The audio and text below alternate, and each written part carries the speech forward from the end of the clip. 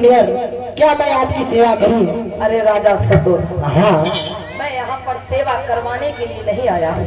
तो फिर आप किस लिए आए हैं? राजन, मेरी एक इच्छा है। कहिए, आपकी क्या इच्छा है? हे राजन, आपके यहाँ जो पुत्र का जन्म हुआ है, हाँ हाँ, जो बालक का जन्म हुआ है, हाँ, अरे हम चाहते हैं कि आप अपने पुत्र के दर्शन करा दीजिए हमें।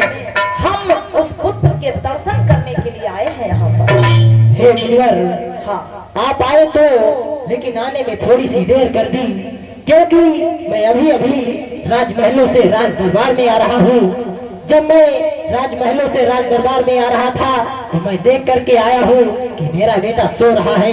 और आप ही बताइए, सोते हुए बालक की मैं आपको दर्शन कैसे करा दूं? मेरे बंधु राजा सुतोधन ने कहा है असित मुनि जी से कि मुनिवर, मैं अभी अभी अपने दरबार, अपने महल से राज दरबार में आया हूँ और मैं राजमहल में देख के आया हूँ कि मेरा बेटा इस समय सो रहा है। अब आप ही बताइए, मैं सोते हुए पुत्र के दर्शन आपको कैसे करा दूं? तो असित मुनि उसी क्षण मेरे भाई बोल पड़े हैं कि हे राजा सुतोधन, आपके यहाँ जो पुत्र का जन्म हुआ है, हाँ हाँ, आपके वहाँ जो बेटे का जन्म हुआ है, हाँ, अरे वो कोई साधारण बालक नहीं है। और आप बता रहे हो कि मेरा बेटा सो रहा है। हाँ मुनिवर, अरे सुनो राजा सुतोधन, कहिए। ऐसी महान विभूतियां इस धरती पर जन्म लेती हैं दूसरों को जगाने के लिए, खुद सोने के लिए नहीं। ऐसी महान विभूतियां ज्यादा समय तक सोती नहीं रहती। क्यों? क्योंकि वो तो दूसरों को जगाने के लिए जन्म लेती है, खुद सोने के लिए नहीं। इसलिए राजन, हाँ, जाके देखो, पता लगाओ आपका बालक किस समय जाग रहा है। ठीक है मित्र, आप बैठिए, मैं अभी पता लगाता हूँ। राजमंत्री जी। जी महाराज। मंत्री जी। हाँ महाराज। एक बात बताइए, तो पूछो महाराज। जब मुनिवर जी को बाहर से लेके आए थे, हाँ महाराज, तो क्या कुछ मेरे पुत्र के बारे में बताया था? नहीं महाराज, हम कुछ नहीं बताया संत जी का ना। हम काहे बताइए कुछ? अरे कुछ बताया होगा तुमने? नहीं महाराज, हम कुछ नहीं बताया देखो। अरे तो इतना डर क्यों रहे हो? इसमें कोई डरने वाली बात नहीं है। बस मैं इतना जानना चाहता हूँ कि मैं अभी अभी अपने महल से देख करके आ रहा हूँ कि मेरा बेटा इस समय सो रहा है। हाँ, और असित मुनि जी कह रहे हैं कि आपका बेटा इस समय जाग रहा है। हाँ। अब तुमको कैसे पता कि मेरा बेटा सो रहा है कि जाग? महाराज, हाँ, ये बड़ा नानी बाबा लगते हैं, बड़ा नानी बाबा। हाँ महाराज। नानी बाबा नहीं, ज्ञानी ज्ञानी बाबा कहते हैं। ज्ञानी। हाँ, तुम नानी बाबा बता रहे। जैसे गाबाला गानी। ज्ञानी नहीं, ज्ञानी। ज्ञानी। हाँ, ज्ञानी बाबा। हाँ। जी महाराज। तो क्या करना चाहिए? पुत्र के दर्शन करवा देना चाहिए। और का महाराज करवा दो दर्शन।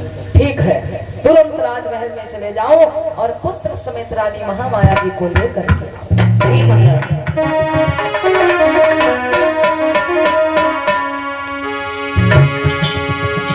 कि जब महाराज की बात सुनी,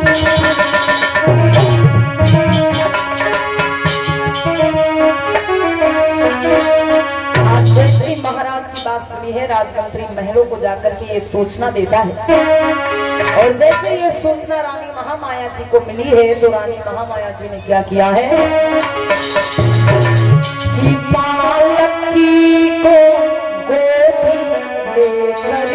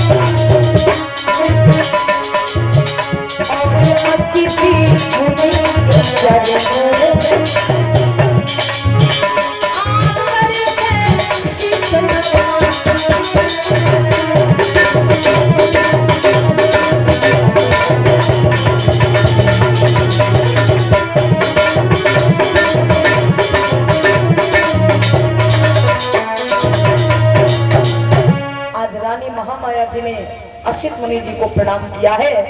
आज राजा शतोदन ने अपने पुत्र को गोद में लिया और मुनिवर की ओर आगे हाथ बढ़ाया है। आप मेरे पुत्र के दर्शन करना चाहते थे? हाँ राजन, तो लीजिए, करिए आप दर्शन। आज जैसे ही असित मुनि ने दृष्टि डाली है बालक,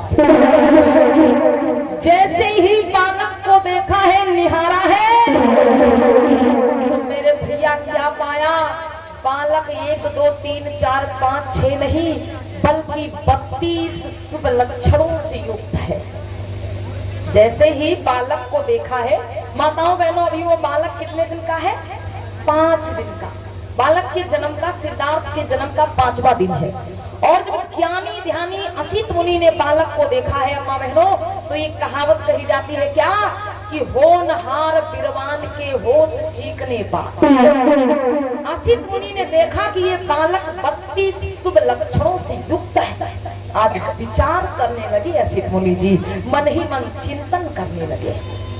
माताओं बहनों, 32 शुभ लक्षण कैसे आपको बता दें।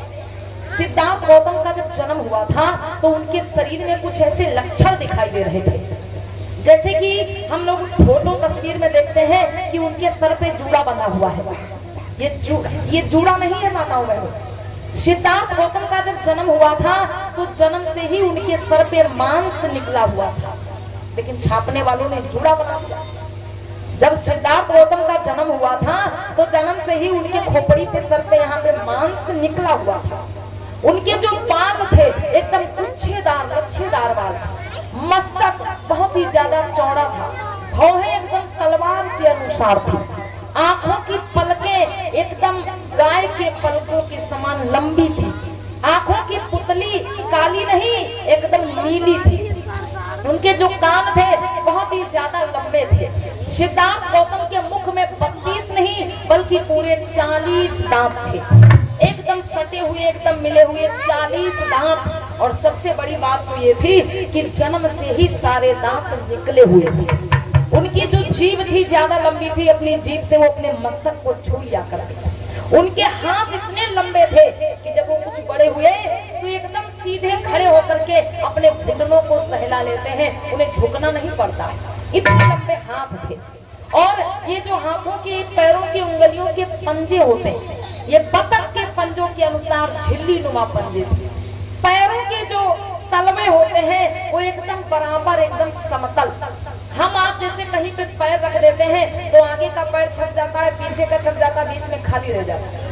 लेकिन सिद्धार्थ गौतम जहां भी पैर रखते थे पूरा पैर बराबर उनका छप जाता था। जो तलवे थे एकदम बराबर। उनका जो शरीर था इतना चिकना था, एक प्रकार से कह सकते हैं कि शरीर पे अगर बालू गिर जाए, मिट्टी गिर जाए तो अपने आप सरक के नीचे आ जाती थी। आज मेरी माताओं बहनों, जैसे ही असित मुनि ने निहारा है बालक को और बालक के शरीर में जब ये लक्षण देखे हैं, जब ये गुण देखे हैं, तो असित मुनि समझ गए कि ये बालक कोई साधारण बालक नहीं है। ये बालक आगे चलकर जरूर अब अद्भुत बालक होगा। आज ऐसा विचार करके, समझ करके असित मुनि जी इतना खुश हो गए, इतना खुश हो गए कि हंसने लगे मेरे भैया। कैसे कि मुनि बहुत खुशी हो,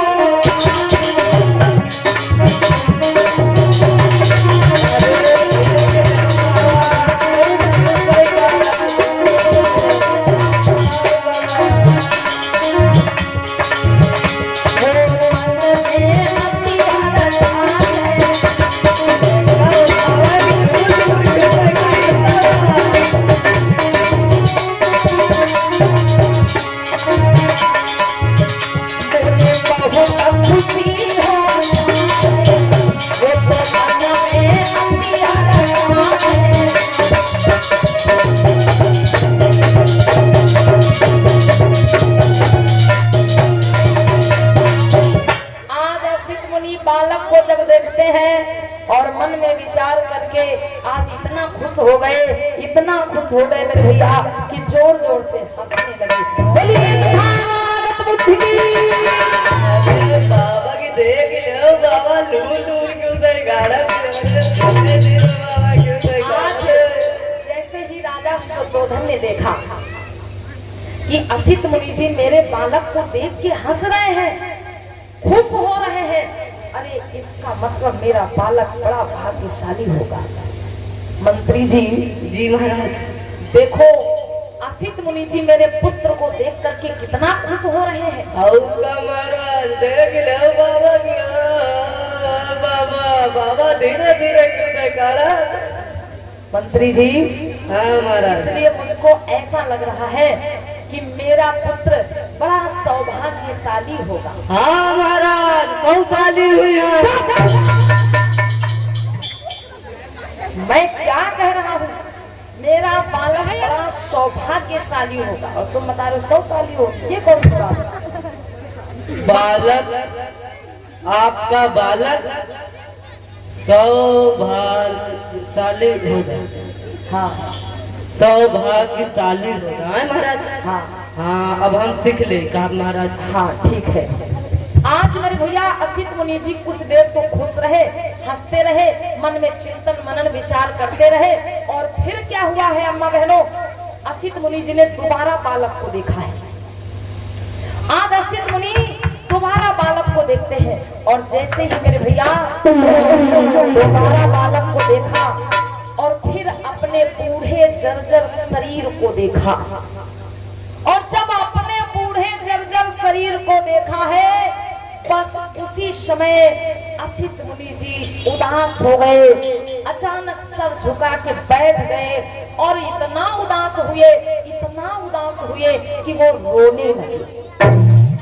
अब जब असित मुनि जी रोने लगे तो राजा शुद्धोधन भयभीत हो गए, डर गए कि अरे ये अभी तो मेरे बेटा को देख के हंस रहे थे, अचानक ये रोने लगे।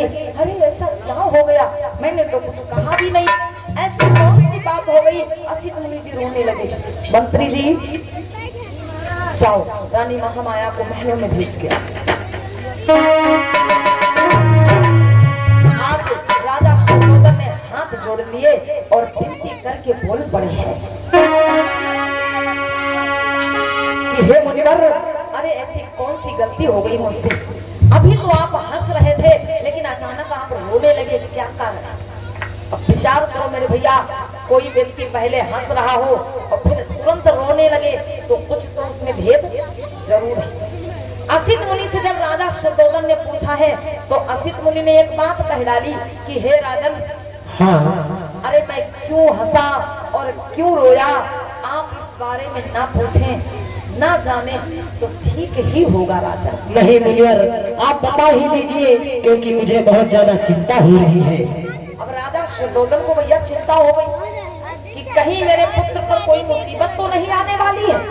ये असित मुनि जी पहले मेरे बेटा को देख के हंसे और फिर रो दिए, इसका क्या कारण है? तो बोल पड़े हैं असित मुनि जी से राजा शुद्धोधन, और क्या बोले हैं सुनिए मुनिवर, कि भ्रम हुआ मुझे